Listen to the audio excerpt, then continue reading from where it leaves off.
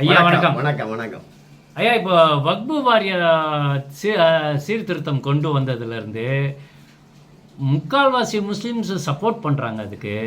அது ஒரு பக்கம் முஸ்லீம்ஸ் வந்து அதுக்கு எதிர்ப்பு தெரிவிச்சிட்டு இருக்காங்களே, இதை பற்றி உங்களுடைய கருத்து என்ன? முஸ்லீம்கள் சப்போர்ட் பண்ணுறாங்க, அவ்வளோதான். எப்பவுமே ஒரு சில முஸ்லீம்கள் எதுக்குறாங்கன்னா அதுக்கு அவனுக்கு எதுக்கு இது பண்ணிட்டு இருக்கணும்.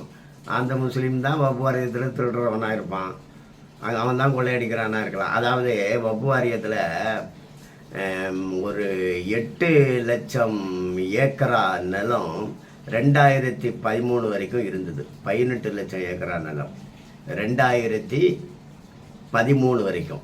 வக்பு வாரியம் 1954 சட்டமாக்கினாங்க.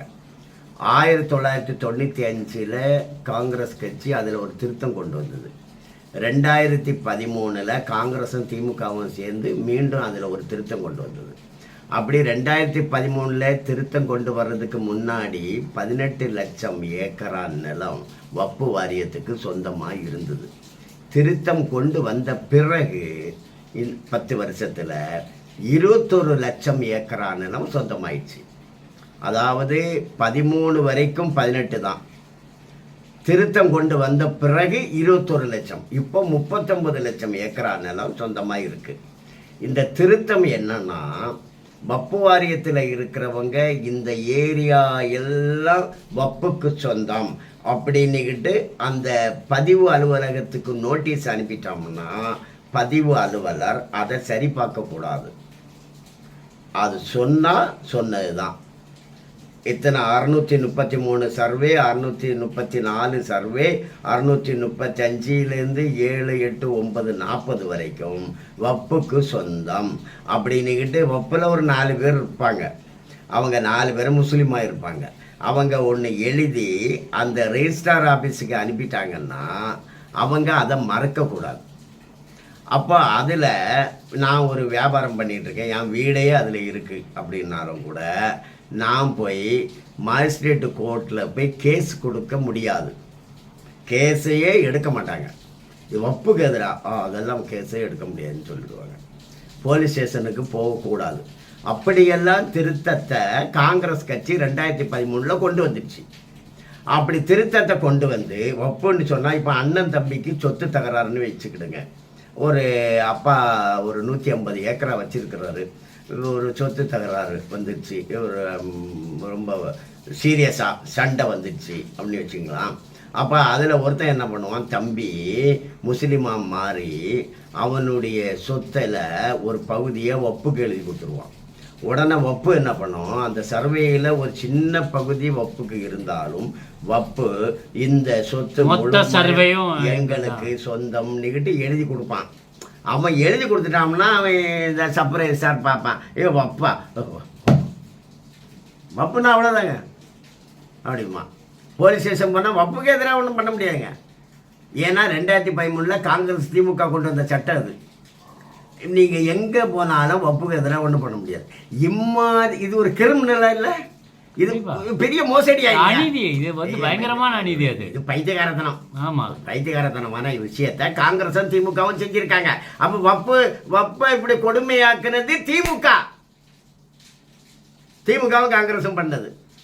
இந்த கொடுமையான சரத்துக்களை தான் திருத்தம் பண்ணியிருக்கு. இதுதான் இப்போ பண்ண திருத்தம்.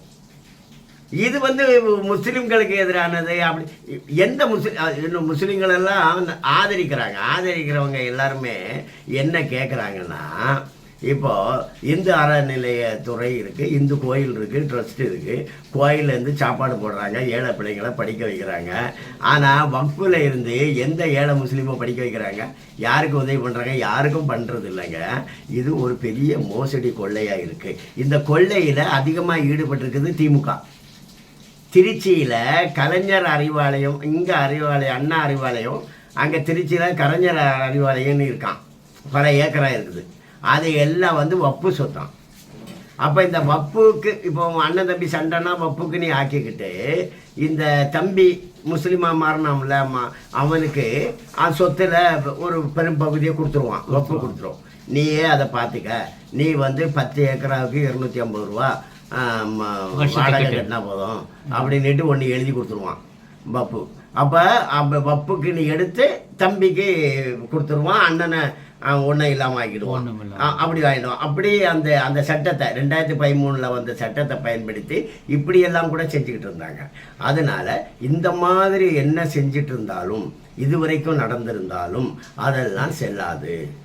மாதிரியெல்லாம் முறைகேடாக எல்லாம் சொன்னால் வாயால் சொல்லிட்டாலே அது அவனுக்கு தான், அதை யாரும் தலையிட முடியாது அப்படிங்கிற சரத்து வப்பில் இருந்த அந்த சட்டம் நீக்கப்படுகிறது. பிறகு இப்போ வப்பில் நீங்கள் ஏதாச்சும் கம்ப்ளைண்ட் பண்ணிங்கன்னா அதுக்கு ஒரு குழு வச்சுருக்காங்க, ட்ரிபுனல் ஒரு குழு. அந்த குழுவில் கூட முஸ்லீம்கள் தான் இருப்பாங்க, வப்பு போடல இருக்கவங்க தான் இருப்பாங்க. அவங்கக்கிட்ட போய் பேசலாம், ஐயா என் நிலத்தை வப்பு எடுத்துட்டாங்க, அது எனக்கு உள்ளது, அது எனக்கு வாங்கி கொடுங்கன்னு கேட்கலாம். அப்போ அந்த அந்த ட்ரிபுனல் அந்த போர்டு அதில் ஒரு 12 பேர் இருப்பான், 11 பேர் இருப்பான். அந்த போர்டு அது சரி இவருக்குள்ளது தான்னு சொன்னால் சரி, சொல்லலைன்னு வச்சுக்கிடுங்க, அப்போ இந்த போர்டு பண்ண தப்புன்னுட்டு கோர்ட்டுக்கு போக முடியாது, எங்கேயும் போக முடியாது. அப்படி அந்த போர்டு தான் ஃபைனல். அப்படி அப்போ இப்போ சட்டம் என்ன சொல்லுதுன்னா, வப்பு எடுத்தது தப்பு அப்படின்னா நீ போலீஸ் ஸ்டேஷன் போகலாம், நீ நீதிமன்றம் போகலாம் அப்படின்னு சொல்லுது. அப்படி தானே இருக்கணும். இந்த நாட்டில் எதுவாக இருந்தாலும் நீதிமன்றம் போகலாம் தானே, அப்படி தானே இருக்கணும். அப்படி தான் திருத்தம் கொண்டு வந்திருக்கு. இது நியாயமான விஷயம். இது அந்த வப்பு முஸ்லீம்களுடைய, அதாவது ஏழை முஸ்லீம்களுக்கு உதவுறதுக்காக பணக்காரர்கள், ஏழை மக்களுக்கு, முஸ்லீம் தானே இல்லை, ஏழைகளுக்கு உதவுறதுக்காக செல்வந்த முஸ்லீம்கள் எழுதி கொடுத்த சொத்து தான் வப்புங்கிறது. அந்த சொத்தை எப்படி பராமரிக்கிறாங்க, சரியாக பண்ணுறாங்களா இல்லையா அப்படின்னு ஆய்வு பண்ணுவாங்க. அரசு அதிகாரிங்க ஆய்வு பண்ணுவாங்க. ஏதாவது முறைகேடாக இருந்தால் வழக்கு தொடுக்கலாம் அப்படிங்கிற மாதிரி திருத்தம் வந்திருக்கு. இது சரியானது தானே? இல்லைங்க, அதில் ஒரே ஒரு விஷயம் தான் கேள்விப்பட்டேன் நான். அதில் ஷியா முஸ்லீம் சுன்னி முஸ்லீம்னு 2 பேர் இருக்காங்க. அவங்க தான் அந்த வக் போர்டில் இருக்காங்களே தவிர அதுக்கு அடுத்த கேட்டகரியெலாம் யாருமே வக் போர்டில் சேர்க்க மாட்டாங்களாம். அதுலேயே ஒரு பாகுபாடு இருக்கு. அதுலேயே முஸ்லீம்கள்லேயும் எல்லாரையும் சேர்த்துக்கலாம். அதனால ஒரு 2 லேடிஸ் கண்டிப்பாக வேணும் அதில் அப்படின்னு சொல்லியிருக்காங்க. எல்லாரையும், அதெல்லாம் சரியான விஷயம்தான். எல்லா முஸ்லீம் அமைப்புகளும் ஏற்றுக்கிறாங்க. திமுக தான் ஏற்றுக்கல. ஏன்னா திமுக அந்த வப்பு சொத்தை வச்சு ஆளுது. அண்ணன் தம்பி விஷயம் சொன்னோம்ல, அப்படி அந்த மாதிரி 15 ஏக்கராவுக்கு 350 ரூபா வாடகை, அப்படி சீப்பான வாடகையில் திமுக கையில் இருக்கு நிறைய வப்பு சொத்து. அதனால தான் ஸ்டாலின் உதயநிதியும் இதை எதுக்குறாங்க. அதனால தான் அவங்க சட்டசபையில் தீர்மானம் போடுறாங்க. ஆனால் முஸ்லீம்கள் இதை ஆதரிக்கிறாங்க. சரியான விஷயம் வப்பு சட்ட திருத்தம். நன்றி, வணக்கம்.